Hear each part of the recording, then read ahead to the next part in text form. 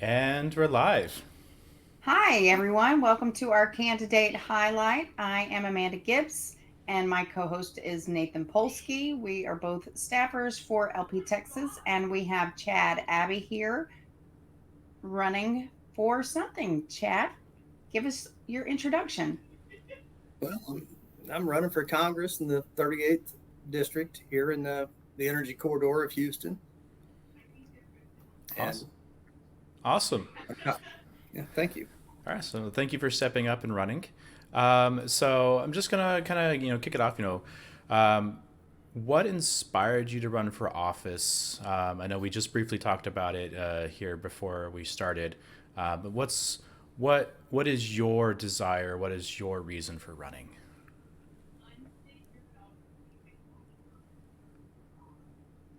There are so many. I mean, I'm not sure um, what I can say on your program and not, but There's a frankly, You do I've been in you. Yeah, as much as you want or as little as you want. It's entirely up to you. well, in that case, I've been voting Libertarian for over 20 years now. hmm This is my second run for Congress on the Libertarian ticket. And honestly, I haven't voted for a blue teamer or a red teamer in over 20 years for president. None of them represent any of us. hmm And frankly, it's been rather disappointing and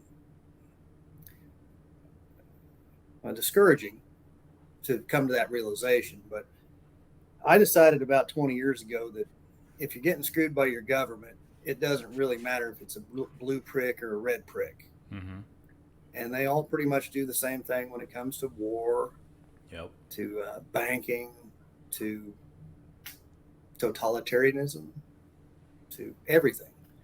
They like to say different things to get their base fired up, but they all do the same damn thing. And that's why I decided to run against my wife's wishes. I know It's campaigning is not easy. Well, I didn't get to do much of it in 2020, the mhm. first time I ran, because our government decided that they were more intelligent than the rest of us and decided to pull all their bullshit. So, And lock everybody down. Yeah, yeah, I always call Republicans and Democrats just two sides of the same coin. It doesn't matter which one you pick; it's the same outcome. unfortunately, yes. And that's why I'm running. Well, thank you for stepping up. Um, so you said you've been a libertarian for 20 years. What got you involved with the Libertarian Party? Um, was there a moment when you looked at both parties and said, you know what, these are not for me. Here's this Libertarian Party, and let's do it. Well, it was actually a little over 20 years ago. A buddy of mine from the 90s hmm said, "Chad, I think you're a libertarian." And I said, "Well, what the hell's a libertarian?" that's the usual common response. so I looked it up and I took that little, there used to be a test on lp.org or LP hmm Hmm. National. I can't remember what it is, but it's a libertarian quiz. And I took that and I'm like, holy crap, I am a libertarian. hmm Welcome to About, the team. about yeah, about 20 years ago, I figured out. I'll tell you my biggest issue is with central banking. hmm I've been somewhat successful in my career, starting several businesses, mostly involving the finance business, real estate, etc. And I've got a business degree from Oklahoma State, but they never taught me anything about how central banking really works. hmm But about 2008, 2009, when the entire financial world was falling down around me, and I happened to be, we had a hurricane that week here in Houston, so I was without power for 13 days. hmm So I was charging my cell phone trying to listen to all the BS going on with the banking situation during that time. And I started really studying it, and I realized that the Fed is just abominable. Yes. We could all do better without it. Yeah. So that was my big reason for finally running when Tom asked me.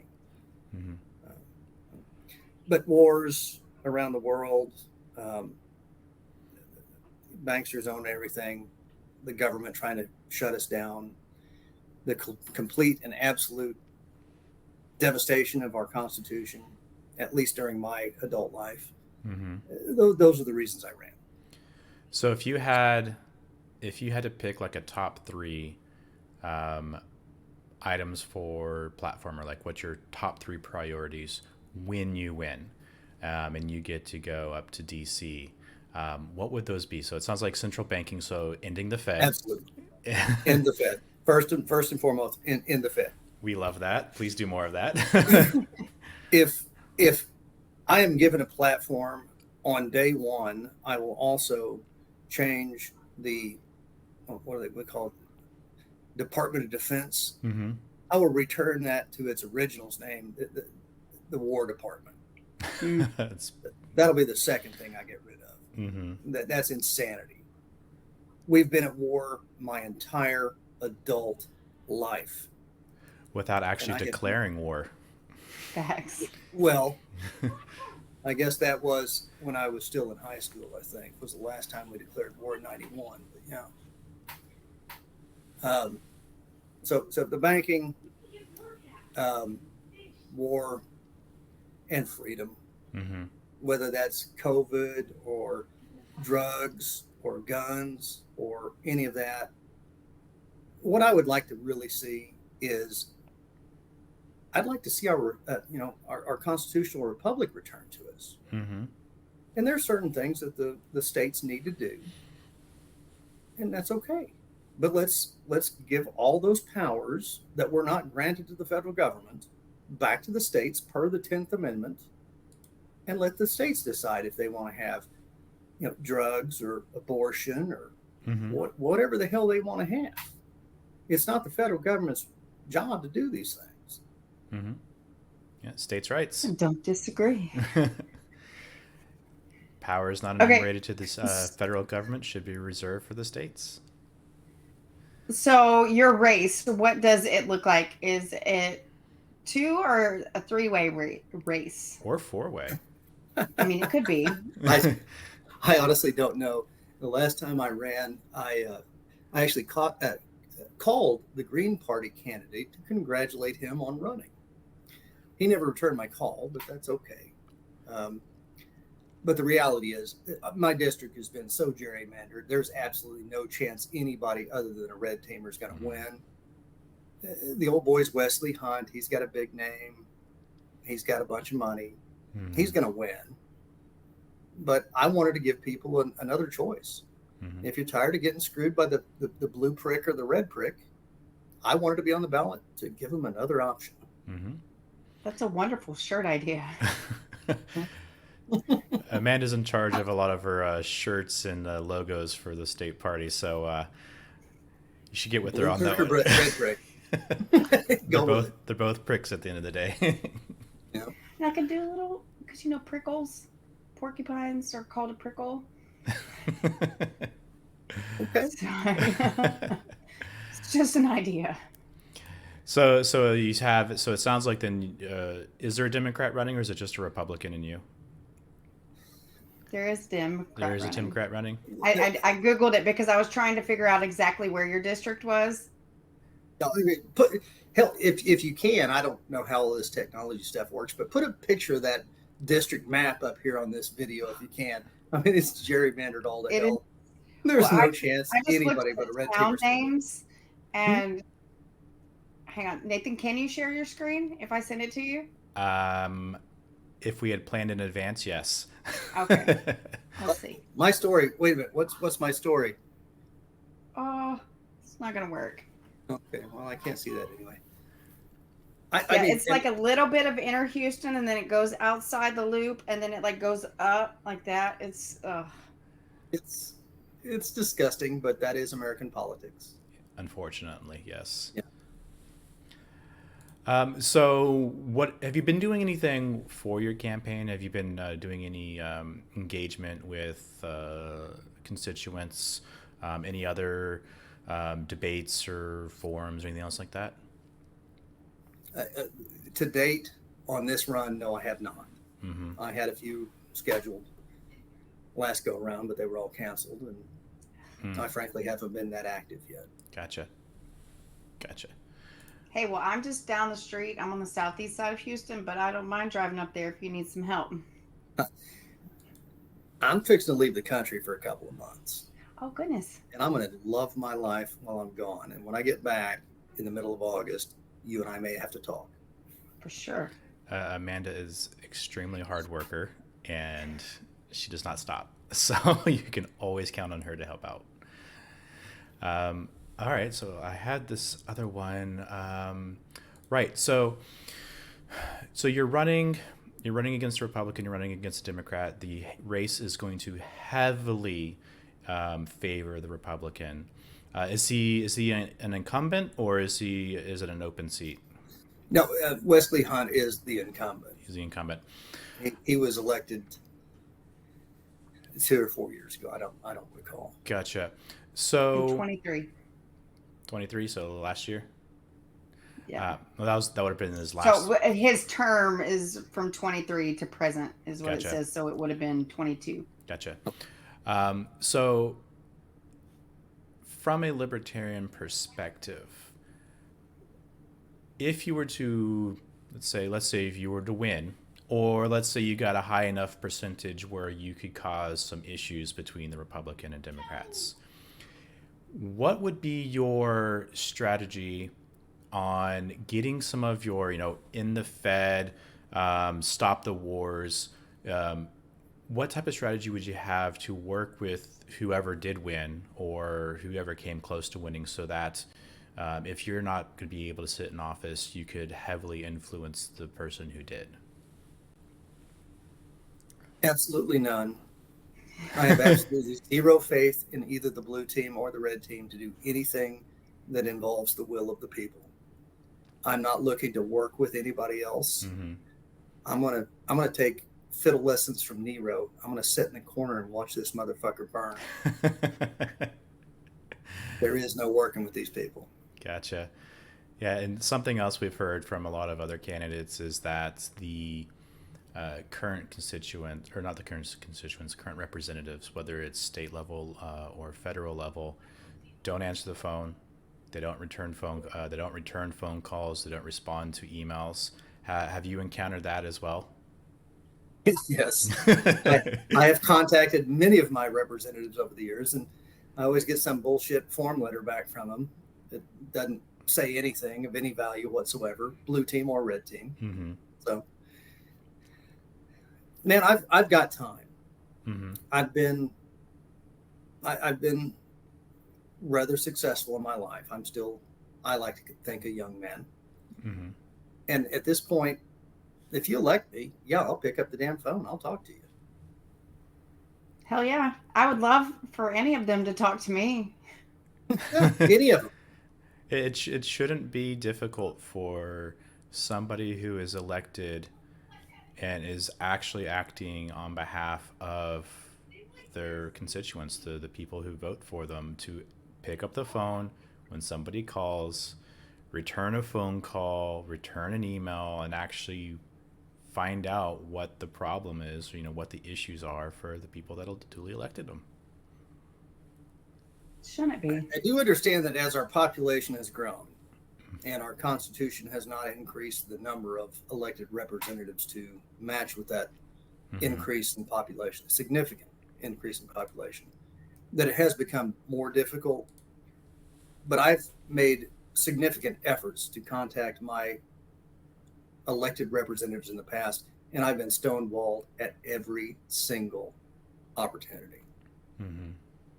Yeah, it's a tough job, but tough shit. That's what you get paid for. Right. I mean, he makes $174,000 a year. So that's how much Wesley Hunt makes. And a pension. Don't forget the pension. Well, 6 years and you get a pension for life of $174,000 a year. And they bitch about the pay and increase it every chance they get. Well, and that's just what he's getting paid, for the office. Don't forget of all the other backroom deals that he's probably receiving to pad that. Man, I don't know if I'm the best candidate in the planet, but I'll tell you what, I believe what I say, and If y'all want to vote for me, that'd be awesome. Well, But I don't expect a whole lot. I'd love to be I able to vote for you. appreciate you willing to run just because I know that opens up your life for anyone to start deep diving in. And so I appreciate that because I would not run for public office. For 20 years, my wife, who is a foreign national, legally in this country for 25 years, has begged me to never get involved in politics. So for me to actually put my name on the ballot was a significant issue for me. Mm-hmm. But I thought it important enough to give the people some other option than what we currently have. Mm-hmm. Well, do you have any specific skills that you would bring? I know a lot of the people who run for office, well, especially in the Republican and Democrat Party, are politicians for life. That's what they were educated to do. That's all they know. But that's not what we need in office. So, what do you bring to the table there? Well, for 25 years, I've been self-employed. Mm-hmm. I've started multiple businesses, mostly in the finance world, but also in the real estate and energy sectors. And I can make things happen. Mm-hmm. I've done rather well for myself, and I would like to share that with the rest of the country. I don't know that they're ready for that. I think everybody still wants free handouts. Blue team and red team, they want different handouts, but Same coin. Subsidies, welfare. subsidies and welfare. Mm-hmm. I know I'm not the most exciting and attractive candidate you guys have probably interviewed, but I'm answering your questions. So No, we love it. Yeah. No, we I'm like sitting here thinking about like inviting you to things. So. Yeah, you're close enough where she can harass you in person. No, bring it on. Bring it on. Yeah, no, we this is a problem that I don't want to call it a problem, but in the past the state party really hasn't been a platform for candidates. I wouldn't say that's what got me involved with the party, and so I know both of us are extremely happy just to have this opportunity to get candidates on here. Some are, we've had some candidates that are on the streets every day door knocking. We have some candidates that are just like, I'm giving people an option. So to us, it doesn't matter what kind of candidate you put your name on a form, you submitted it, you're willing to take office in the event that you do win. Stuff happens, right? The Republican. In the unlikely Great event, Awakening. Yeah. In the unlikely event of the Great Awakening, I will stay in this country. Other than that, Mm-hmm. just under 3 years from now, I'm gone. Mm-hmm. So we'll see what happens. But I will stay here. If you elect me, I'll be here for my 2-year term, and if you elect me again, we'll see what happens after that. So, hang on. I was trying to look at our list of questions that Nathan hasn't touched on. Sorry, I just kind of went through a lot. Yeah, I know it's okay.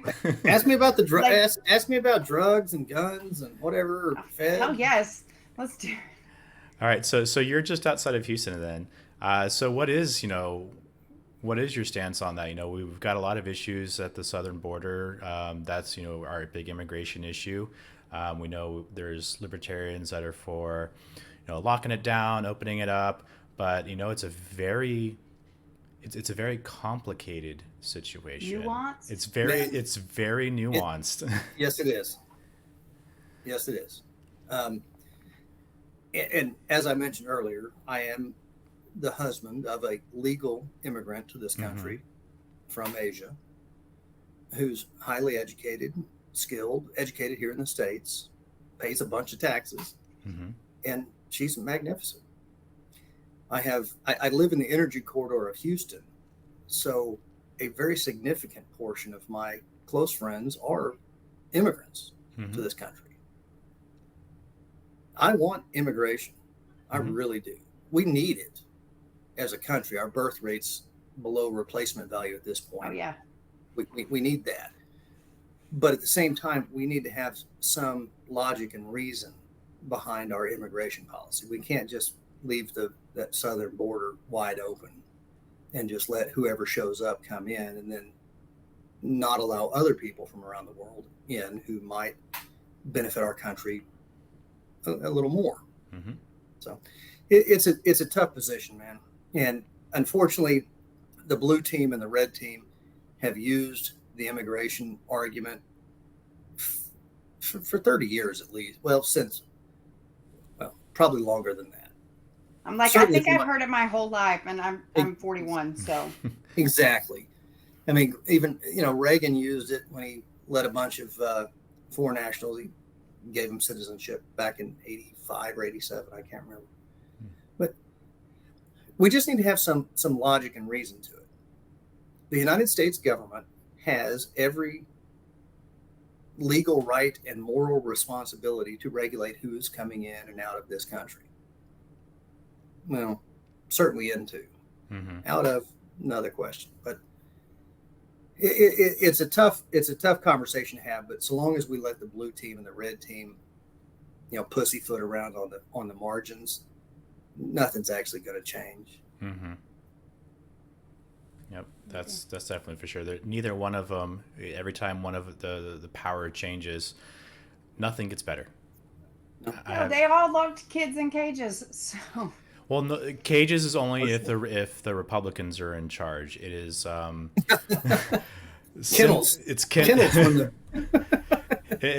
The name changes for the exact same thing depending on who's in charge. So I want to hear That's where I think talk. that's what I drugs. think about immigration. We need to fix it. yes, agreed there. 100% War on agreed there. drugs. All right. Drugs? War on drugs. Portugal, baby. Portugal. Decriminalize everything. Everything. Even the nasty shit. Do I get to vote Methamphetamines. for you? What? Do I get to vote for you? I hope so. No, I mean, look, I've done a little drugs. Mm-hmm. And unlike Bill Clinton, I inhaled. Well, he inhaled too, but I'm man enough to admit it. You won't lie about it. Yeah, I don't lie about it. The drugs are bad. Mm-hmm. I've seen, and I grew up in Oklahoma, and methamphetamines just devastated a significant portion of my small high school graduating class. Drugs are bad, but the war on drugs is insane. We're spending $50 billion a year plus locking people up for a little bit of weed or even cocaine or whatever. Mm-hmm. I mean, let's end the war on drugs completely, legalize everything, same as Portugal did. Then we'll save each of the states the tax revenue that the federal government's otherwise going to steal from us and hand to the police unions and the private prisons Mm-hmm. and all the politicians that want to talk tough on drugs. I mean, those are the only sons of bitches making any money out of this deal. Mm-hmm. Let's give that money back to the states and let the states decide what portion of it that they want to spend on drug rehab. Mm-hmm. I mean, drug addiction is what it's an addiction. It's Mm-hmm. bad news. It was probably caused by some bad choices. But I don't want to lock a dude up for 20 years for having a dime bag of weed. Yep. I think a lot of it is though the root cause. Like nobody wants to address the root cause on why people become addicted to these things, and the insurance companies don't make that any easier on identifying the root cause of it, and so it just kind of perpetuates the whole cycle of people being addicted. Well, you're talking about the legal version of drugs. I'm talking about the wild west drugs and the legal stuff.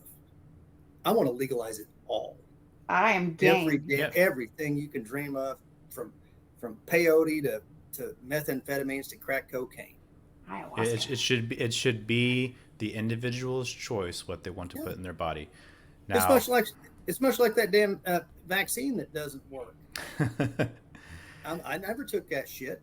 I never gave it to my kids. And one of the greatest decisions I've made in my life was not putting that on my kids because the government told me I had to. To hell with you guys. Yep. Come get me. Yep. As long as nobody's holding you down and forcing you to take a drug, as long as they are not making it a requirement for employment or anything else like that, then by all means, do what you want or don't do what you want. You do you, as long as you're not hurting me doing me. Is that not the libertarian cause? It is the. That's my cause. That is libertarianism 101, if I'm not mistaken. All right. Well, do you have do you have any social medias, any way for people to contact you if they want to hear more about you or offer some support? I wish I could tell you that right now. I've got a fellow from the Harris County Libertarian Party working on a website for me right now, but I don't know the. I bet his name is Michael Winters. Yes, it is. Yes, it is. And I bet you he's working with me on that too. So, if there's any way you can add this to the video later, let me know. That'd be nice. Yeah, once we get that up, I think we can drop that into the link. By the way, I don't look forward to. I'm not going to collect any money for my campaign, but I wouldn't mind having Michael put a link to LP Texas. Yep, already in the works. For anybody that wants to donate, just donate to LP Texas. Yes. I love that. That's amazing. Yes.